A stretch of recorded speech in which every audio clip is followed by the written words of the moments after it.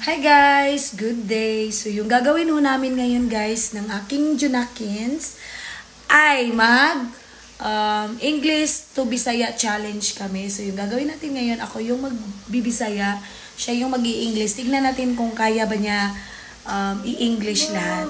So, are you ready? Yes. Yes, okay. Sus, kainit sa panahon ron. Uy! It's such a hot day today. Okay. Laay kayo magsigi og lingkod dire, walay trabaho. It's so boring to just sit here with no things to do. Okay. Gutom na pud kay ko. I am hungry again. Ah, maadto kog bukid unya oy. I'm gonna go to the farm later. Ya perting inita o igang na kay ko. It is so